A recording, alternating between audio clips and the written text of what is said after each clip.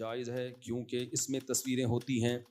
وہی یوٹیوب کی ارننگ جیسا مسئلہ. یہ اخبار میں تصویریں جائز نہیں ہیں، لیکن اخبار کا مقصد تصویروں کو پروموٹ کرنا نہیں ہوتا. اخبار کی جو بنا ہے، جو بیس ہے، وہ خبریں مہیا کرنا.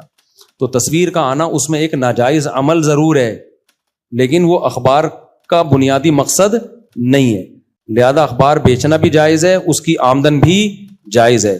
اور وہ جو تصویریں چھپ کے گھروں میں جا رہی ہیں، اس کی نسبت اخبار بیچنے والے پر نہیں ہوگی، بلکہ اس گناہ کی نسبت ان تصویروں کو بنانے والے پر اور ان تصویروں کو اخبار میں چھاپنے والے پر ہوگی. سمجھتے ہو کہ نہیں سمجھتے؟ اس لیے اخبار بیچنا جائز عمل ہے. جیسے شیمپو کی بوتل بیچنا جائز ہے.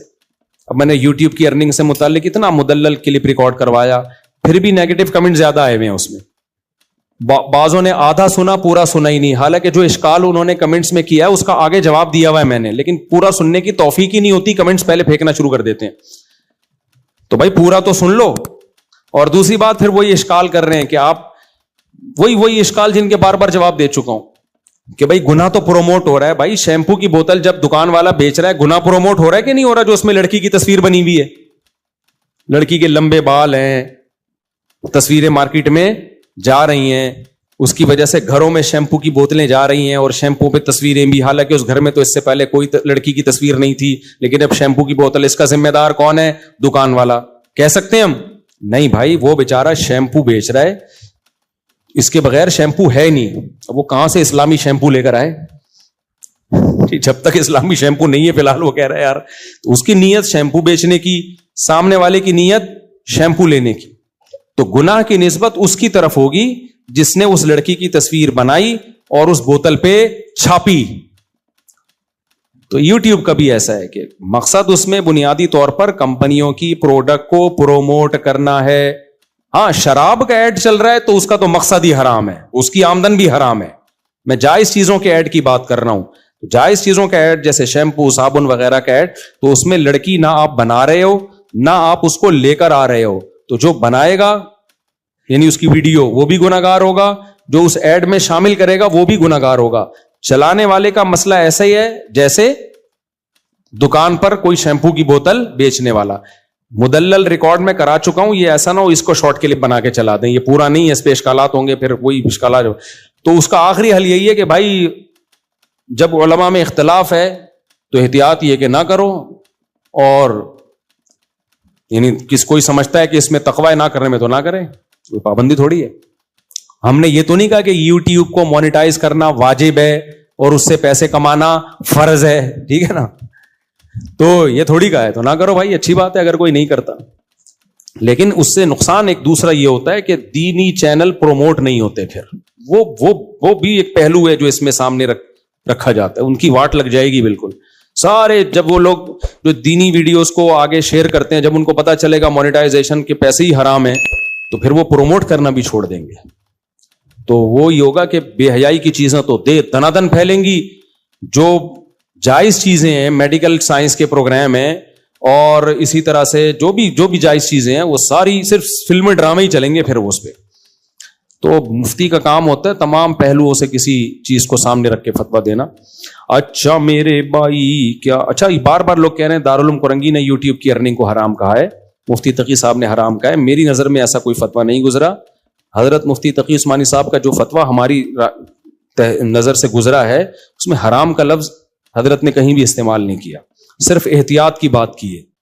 چاہیے کہ الفاظ استعمال کیے کہ نہیں کرنا چاہیے، کہیں بھی یہ نہیں لکھا کہ ناجائز ہے. سمجھ رہے ہو کہ نہیں سمجھ رہے؟ تو بالفرض اگر وہ ناجائز کہتے بھی ہیں تو پھر وہی بات ہے نا کہ حضرت تکافل کو جائز کہتے ہیں، ہم تکافل کو صحیح نہیں سمجھتے. تو جب مفتیوں کا اختلاف ہوگا تو پھر اس میں پھر یہی ہے کہ دونوں اگر برحق ہیں. اختلاف علماء کا ہونا چاہیے، اسکالرز کا اختلاف تو معتبر نہیں ہے. علماء کا جو اس فیلڈ کے ماہر ہیں ان کا جب اختلاف ہوگا نا، تو پھر اس میں پھر یہ ہے کہ ایک قول احتیاط پر مبنی ہے اور ایک قول گنجائش پر مبنی ہے.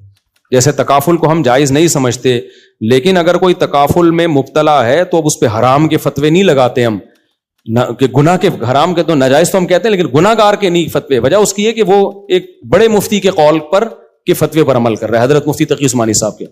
تو ہم اس کو کہتے ہیں بھائی احتیاط اسی میں ہے اور گنجائش اس قول میں ہے. تو اختلاف کا فائدہ بھی یہی ہوتا ہے کہ دونوں قول آپ کے سامنے آ جاتے ہیں تو اس میں لچک پیدا ہو جاتی ہے. سمجھتے ہو کہ نہیں سمجھتے ہو؟ ابھی ڈاکٹر ذاکر نائک پہ کسی نے اعتراض کیا نا, ڈاکٹر صاحب پہ کسی نے اعتراض کیا تھا کہ آپ نے اس کو ڈانٹا کسی عیسائی کو, یا تو انہوں نے کہا بھائی صاحب بڑے اچھے اسٹائل میں اردو بولتے ہیں, بھائی صاحب یہ دعوت جو ہے ہماری فیلڈ ہے, ہمیں پتہ ہے. صحیح ہے نا, بالکل صحیح بات کی. انہوں نے کہا بھائی دعوت ہماری فیلڈ, ہمیں پتہ ہے کون سا عیسائی ایسا ہے جو سچی مچی میں اشکال کر رہا ہے, اور کون سا ایسا ہے جو جس کا مقصد اشکال نہیں ہے, اعتراض ہے, اور وہ مقصد اس کا گڑبڑ پیدا کرنا ہے. ٹھیک ہے, وہ اپنی تبلیغ کے لیے آیا ہوا یہاں پہ. تو کوئی غیر مسلم واقعی دل سے سوال پوچھے گا تو اس کا جواب اس کو ملے گا, اور اگر وہ کوئی مقصد ہی اس کا غلط ہے تو ڈاکٹر صاحب کہتے ہیں ہمیں پتہ ہے کہ کون صحیح نیت سے آئے, کون یہ آپ کا بھائی صاحب یہ آپ کی فیلڈ نہیں. مجھے بڑا اچھا اسٹائل لگا ان ڈاکٹر صاحب کے اس طرز عمل سے. کوئی اختلاف کرے نہ کرے لیکن اصول تو ٹھیک ہے نا بھائی. دعوت کی فیلڈ کا آدمی جو ہوتا ہے نا وہ دعوت کے نشیب و فراز کو زیادہ سمجھتا ہے, تو اس فیلڈ میں وہ ماہر ہے. حضرت مفتی تقی عثمانی صاحب کی بہت ساری کتابیں ڈاکٹر صاحب نے پڑھی ہیں عیسائیت کے بارے میں, اور ان کتابوں سے ڈاکٹر صاحب نے سیکھا ہے اور مناظرے کیے ہیں. حضرت مفتی تقی عثمانی صاحب ایک مجلس میں فرما رہے تھے کہ ڈاکٹر صاحب نے میری کتاب پڑھی ہے, اس کے باوجود جب کوئی غیر مسلم مناظرے کی بات کرتا ہے تو میں ڈاکٹر صاحب کا ریفرنس دیتا ہوں, ان سے جاؤ, کیونکہ یہ فیلڈ کس کی ہے؟ ڈاکٹر صاحب. حالانکہ وہ دلائل عین ممکن ہے مفتی تقی صاحب کی کتابوں سے ڈاکٹر صاحب نے لیے ہوں, لیکن جو کتاب کا رائٹر ہے, جس کی کتاب پڑھ کے ڈاکٹر صاحب فائدہ اٹھا رہے ہیں, وہ رائٹر کہہ رہا ہے بھائی کتاب تو میری فیلڈ ہے, دلائل جمع کرنا میری فیلڈ ہے, لیکن مناظرہ بالکل ایک الگ فن ہے. یہ عین ممکن ہے آپ کے پاس دلائل کے انبار ہوں لیکن آپ مناظرہ ہار جاؤ, کیونکہ آپ کو وہ دلائل پیش کرنا نہیں آ رہے ہوتے, سامنے والے کی چالاکیوں کو آپ سمجھ نہیں رہے ہوتے. سمجھتے ہو جو بحث کرتے ہیں نا وہ بحث کر کے اس فیلڈ میں ماہر ہو جاتے ہیں, ان کو پتا ہوتا ہے کہ یہ جو سوال پوچھ رہا ہے اس کے پیچھے کیا مقصد ہے. تو کتنے بڑے عالم حضرت مفتی تقی صاحب, لیکن انہوں نے یہ اعتراف کیا کہ جب غیر مسلم سے مناظرے کی بات ہوتی ہے تو انہوں نے کہا کہ میری کتاب ڈاکٹر صاحب نے پڑھی ہے, دلائل میری کتاب سے عین ممکن ہے, ساری کتابیں مفتی تقی صاحب کی نہیں, بعض کتابوں کی عین ممکن ہے میری کتاب سے دلائل دے رہے ہوں, لیکن میں ریفرنس کس کا دے دیتا ہوں؟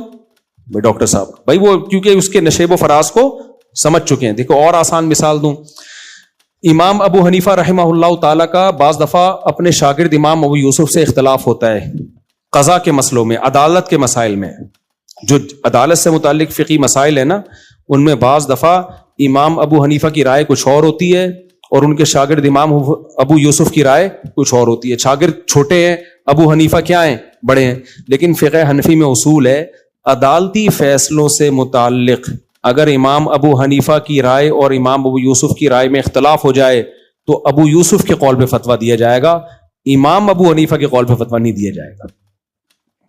سوال پیدا تھا بھائی آپ تو امام حنیفہ کو مانتے ہو, آپ تو کہہ رہے ہو ہم فقہ حنفی, ہم تو ان کی اتباع کرتے ہیں, تو ان کے شاگرد کو کیوں لے رہے ہو؟ تو ہدایہ میں اس کا جواب لکھا ہے لیس الخبر کالمعاینہ, کہ امام ابو یوسف جج رہے ہیں, جبکہ امام ابو حنیفہ نے تو بادشاہ کے اصرار کے باوجود بھی جج بننے سے انکار کر دیا. بادشاہ نے لالچ بھی دی, کوڑے بھی لگائے, امام صاحب نے کہا نہیں بنوں گا میں, جج نہیں بنوں گا میں, قاضی نہیں بنوں گا. اس میں بہت ساری حکمتیں تھیں. امام ابو یوسف پریکٹیکلی قاضی رہے ہیں وہ. تو کہتے ہیں جنہوں نے پریکٹیکل کر کے دیکھا ہے نا, عدالتی مسائل میں رہے ہیں, ان کی رائے زیادہ مستند ہے, کیونکہ بعض رائے ایسی ہوتی ہیں آپ کو تجربہ ہے نہیں تو آپ وہ رائے تو دے دیتے ہو لیکن سوسائٹی میں وہ چلنے والی نہیں ہوتی. جیسے امام ابو حنیفہ کا موقف کیا ہے, دو گواہ جب کسی کے دعوے پہ پیش کیے جائیں گے وہ دونوں کا پورا نیک ہونا ضروری ہے, کسی بھی گناہ میں وہ مبتلا نہ ہو, نیک گواہ ہو. اب امام ابو یوسف نے دیکھا بھائی ایسے تو بہت سارے لوگوں کے حقوق ضائع ہو رہے ہیں, اس نے اس کے پیسے کھا لیے, 2 بندے لے کر آیا, ہمیں یہ پتا ہے سچے ہیں, لیکن ہر سچا ہر طرح سے نیک تھوڑی ہوتا ہے. کسی کی یعنی داڑھی تو اس زمانے میں سب رکھا کرتے تھے, کسی میں کوئی خرابی کسی میں کوئی خرابی. تو ان کا فتویٰ یہ ہے کہ بھائی 2 آدمی بس اتنا ہونا کافی ہے کہ لوگ ان کو سچا کہتے ہوں, نیک ہونا ضروری نہیں ہے, سچا ہونا کافی ہے. اب عدالتوں میں کیا یہ چل رہا ہے نیک ہونا ضروری ہے؟ نہ بھائی, سچا ہونا کافی ہے. جج یہ دیکھتا ہے کہ سچ بول رہا ہے کہ نہیں بول رہا. نیک لوگ ہیں تو مارکیٹ میں بندے کیا ہیں, شارٹ. کہیں نہ کہیں کسی کی تحقیق میں جاؤ گے کچھ نہ کچھ نکلے گا. 4-6 آدمی جو جنت میں جانے کے لیے میں اکثر نام بتاتا رہتا ہوں, وہ 4 آدمی ہر جگہ گواہی دینے کہاں جا سکتے ہیں؟ آپ کیا خیال ہے بھائی؟ پھر ایک کو میں نیک سمجھ رہا ہوں, دوسرا کہہ رہا ہے یہ نیک نہیں ہے. تو پریکٹیکلی امام ابو یوسف کے قول کو لیا گیا ہے. سمجھتے ہو گے نہیں سمجھتے؟ اسی طرح دیکھو فقہ حنفی نے چونکہ دنیا پہ حکومت کی نا, امام شافعی رحمہ اللہ تعالیٰ فرماتے ہیں نکاح میں بھی 2 گواہوں کا نیک ہونا ضروری ہے, جبکہ امام ابو حنیفہ کہتے ہیں نیک نہ بھی ہو تو نکاح ہو جائے گا, شرابی کبابی بھی ہو, بے نمازی بھی ہو, نکاح ہو جائے گا. امام شافعی ہمارے لیے 100 بار قابل احترام ہے, لیکن پریکٹیکلی امام شافعی کا یہ قول سوسائٹی میں چل سکتا ہے؟ بھائی کہاں سے دولہا نیک نیک گواہوں کو لے کر آئے گا بھائی؟ خود نیک نہیں ہے وہ, 40 سال میں شادی کر رہا ہے. اللہ کرے گناہ نہ کیا ہوں, ہم تو اچھی نیتی کرتے ہیں, اچھی. تو ایک منٹ بیٹا, تو اس لیے کچھ چیزیں پریکٹیکلی نہیں ہوتی ہیں, تو وہ پھر سوٹیبل نہیں ہوتی سوسائٹی کے لیے. تو اس لیے بار بار ایک بات میں دہراتا ہوں, جو جس کی فیلڈ ہے, فتویٰ مفتیوں کی فیلڈ ہے, وہی اس میں رائے دے سکتے ہیں. اس میں مناظر اور اس جو دیگر مذہبی اسکالر ہیں, دائی ہیں, ان کی رائے کا اعتبار نہیں ہے. اسی طرح دعوت یا مناظرہ, دعوت سے ہٹ کے الگ چیز ہے مناظرہ, یہ مناظروں کی فیلڈ ہے. تبھی میں مناظرہ نہیں کرتا, مجھے پتا ہے مناظرے باقاعدہ سیکھنا پڑتا ہے, میں مناظرہ نہیں کرتا. آپ کہتے ہو پھر جہلم کیوں گیا تھا؟ میں مناظرے کے لیے گیا ہی نہیں تھا, میں تو بات چیت کے لیے گیا تھا. اب آپ کو کان ادھر سے پکڑو ادھر سے پکڑو برابر ہے. تو بھائی یہی تو بات ہے, جو مناظر نہیں ہے تم اس کے سامنے بھی نہیں بیٹھے یار, تو مناظر کے سامنے تو آپ سوال ہی پیدا نہیں ہوتا, پھر بیٹھ جاتے. تو مناظرہ ایک باقاعدہ فیلڈ ہے. تو میں کبھی اس طرح مناظروں کا چیلنج نہیں دیتا لوگوں کو, اگر دیا بھی ہے تو میرا مقصد تھا بحث بات چیت, لیکن اس میں بھی وہ بندہ ہی بھاگ گیا تھا سامنے سے. یہ 2010 یا 11 کی بات ہے, وہ بھی نہیں آیا. تو باقاعدہ ایک فیلڈ ہے, تو جو جس کی فیلڈ ہے وہ اسی پہ جچتی ہے. میڈیکل سائنس ڈاکٹروں کی فیلڈ ہے, حکمت کس کی فیلڈ ہے؟ حکیموں کی. تو ہر شخص ہر چیز میں جب ٹانگ اڑائے گا نا, اور پاکستانیوں کو اللہ نے قسم اٹھا کے کہہ سکتا ہوں یہ اعزاز دیا ہے کہ ہر شخص سب کچھ ہے یہاں پہ. ہر شخص کیا ہے یہاں پہ؟ سیاستدان بھی ہے, وہ اس کو فوج کا بھی پتا ہے, اسٹیبلشمنٹ کا بھی پتا ہے, عمران خان کا بھی پتا ہے, مولانا فرمان کا بھی پتا ہے, نواز شریف کا پتا ہے, مریم نواز کا بھی پتا ہے, پیپلز پارٹی کا بھی پتا, جماعت اسلامی کا بھی پتا, اس کو مہنگائی کا بھی پتا, ڈالر کے ریٹ فیک نیچے گئے ہوئے ہیں یا سچی مچی میں آئے ہوئے ہیں یہ بھی پتا ہے, ملک کے حالات کدھر کو جا رہے ہیں یہ بھی پتا ہے, کوا حلال ہے حرام ہے, مچھلی حلال ہے حرام ہے, یوٹیوب کی ارننگ حلال ہے حرام ہے, اور اللہ بھلا کرے طلاق ہو گئی ہے کہ نہیں ہوئی ہے. ہر چیز میں ہر آدمی کیا ہے؟ فنٹر. انڈا گرم ہوتا ہے کہ ٹھنڈا ہوتا ہے؟ صحیح ہے نا. جگر کے لیے یہ دوا. آپ یوٹیوب پہ کسی سے آپ کو کھانسی ہو رہی ہے نا, ہر نمازی آپ کو کہے گا مفتی صاحب آپ کو کھانسی دیکھ رہا ہوں 2 دن سے, آپ ایسا کریں گڑ نہیں ہے گڑ, ہاں ہے, گرم پانی کریں گڑ گھولیں اس میں, پھر کیا ہوگا؟ گڑ میں پھر آپ ادرک کا پانی ملائیں, پھر کیا ہوگا؟ اس کو گھمائیں آپ صرف 2 کپ پی لیں, زندگی بھر کے لیے کھانسی ختم. اچھا یہاں کوئی بھی کام ایسا نہیں ہے جو زندگی بھر کے لیے نہ ہو. جب بھی کوئی نسخہ بیان کرے گا رزلٹ اس کا قیامت تک کے لیے گارنٹی دے کے جائے گا. یہاں پہ کھلا کیا رہا ہے؟ تو ادرک کھلا رہا ہے یار. اگر ادرک سے ایسی جڑ سے ہی ختم ہو رہا ہے سب کچھ, مجھے لگتا ہے یہ جڑ سے ہمیں نہ ختم کر دے کہیں. تو ہر آدمی یوٹیوب پہ بھی تو یہ نہیں ہوتا بھائی, سب کو سب کچھ پتا نہیں ہوتا. لا ادری کہنا سیکھو, یہ سیکھو کہ مجھے معلوم نہیں ہے. میرے پاس آتے ہیں نا تو میں شادیاں وادیاں ہیں نا میری, تو لوگ آتے ہیں مردانہ قوت کے لیے فلانا, میں کہتا ہوں بھائی یہ حکیموں ڈاکٹروں سے رابطہ کرو. کہہ رہے نہیں آپ کی اتنی شادیاں. میں نے کہا بھائی تو شادیوں سے حکیم تھوڑی بن جاتا ہے آدمی, شادیوں سے حکیم تھوڑی بن جاتا ہے آدمی. جس کی فیلڈ ہے اس کے پاس جاؤ یار. تو ہر چیز ہر آدمی فنٹر بنا ہوا ہے. تو یہ نہیں, یہ سیکھو. یہ آدھا علم ہے یہ کہہ دینا کہ مجھے معلوم نہیں ہے. امام مالک کتنے بڑے امام تھے, مجتہد تھے, تبع تابعین میں سے تھے. ان کے پاس ایک شخص بیٹھا ہوا تھا, کہتے ہیں کہ کوئی شخص آیا, اس نے امام مالک سے غالباً 36 مسائل پوچھے. ہر مسئلے کے جواب میں امام مالک نے فرمایا لا ادری, مجھے اس کا جواب معلوم نہیں ہے. حالانکہ یہ تو ان کی فیلڈ تھی, اپنی فیلڈ میں بھی انہوں نے کہہ دیا بھائی مجھے اس کا جواب معلوم نہیں ہے. کیا مطلب؟ تحقیق کر کے بتاؤں گا.